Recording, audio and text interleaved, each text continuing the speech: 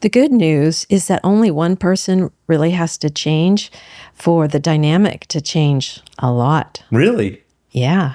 If one person doesn't enter into the old interactive pattern that's dysfunctional or dissatisfying, or the dance, Phil Phails for you. we sometimes call it, and they choose to pause, to breathe, to stay regulated, to not get reactive, to not get, be saying a lot of you things or pulling away and shutting down, but they're able to stay calm, regulated, open-hearted, and confident that they're okay, they're safe because they're connected with themselves, then it really doesn't matter what comes from the other person.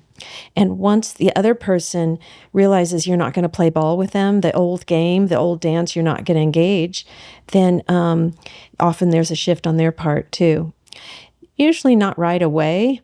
Usually it has to happen, after a series of interactions. Yeah. And so, this is what I talk a lot with couples or family systems, that you're in a system. Right. Okay. And it's got homeostasis. It's got balance. It's predictable. Okay. Yeah. It's not necessarily happy. It might involve a lot of fighting or a lot of emotional distance or not much sex or whatever, but it's predictable. And then one person, really becomes unhappy with it. And maybe they go to therapy, or maybe they do some soul searching or get educated or whatever. And they figure out a way to be more aligned with their best self.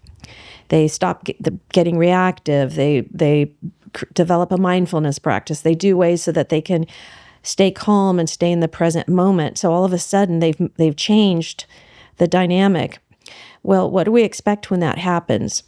We expect the other person to feel a little confused and disoriented and try to pull the other person back into the old dynamic. Yeah. Not because this is a bad person, but because they're actually fighting for the relationship that they know it. Yeah. Consistent, predictable. Familiarity, yeah. Right. And so most people in their relationships do try to change. They try 1 time, 2 times, 3 times, and then they say, it's useless. I tried and they didn't change. But it usually takes longer than that.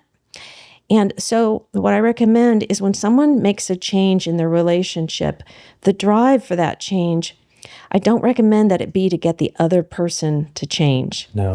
Your change, you're going to be most successful if you're making the change because it feels right to you. Yeah. It feels more aligned with your values and your best self. Mm-hmm. So then when it doesn't go well, when the other person doesn't respond well to your different way of being, it doesn't rock your commitment to this new way of being. And then when this other person realizes that this new way of being is going to be lasting and permanent, then we predict that most of the time they're going to make a shift.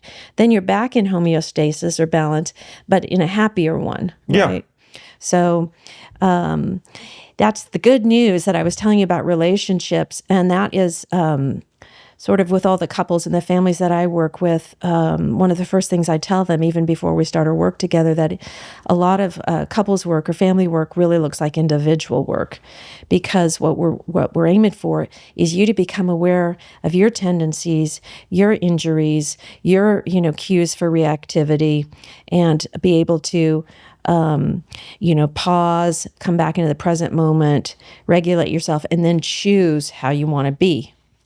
And if you do that over and over again, it's like magic, right? Then the other person, you don't keep score. You don't say, I'm not going to change until the other person changes, right? That line in the sand, that's so the number one predictor of failed marriages, for example, is seeing the other person as the problem.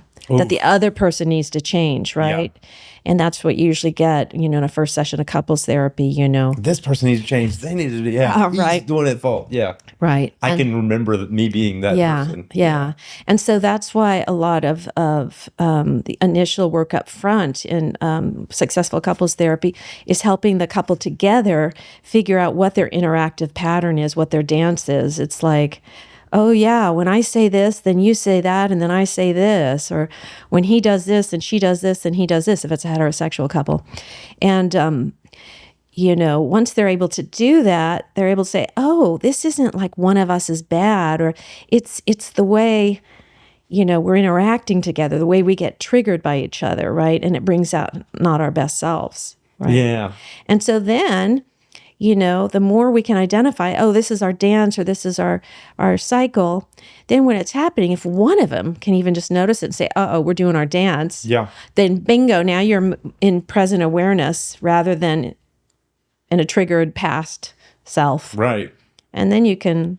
You're out of some default mode network, a rut. Yeah, right. I think of the imagery I have here in this discussion is like going from a mosh pit to like, how about we do some formal dance, some like, social dance. Yeah, where there's some structure and we're moving with the music and as opposed to we're banging up against each other and obviously people get benefit from both ways. Yeah.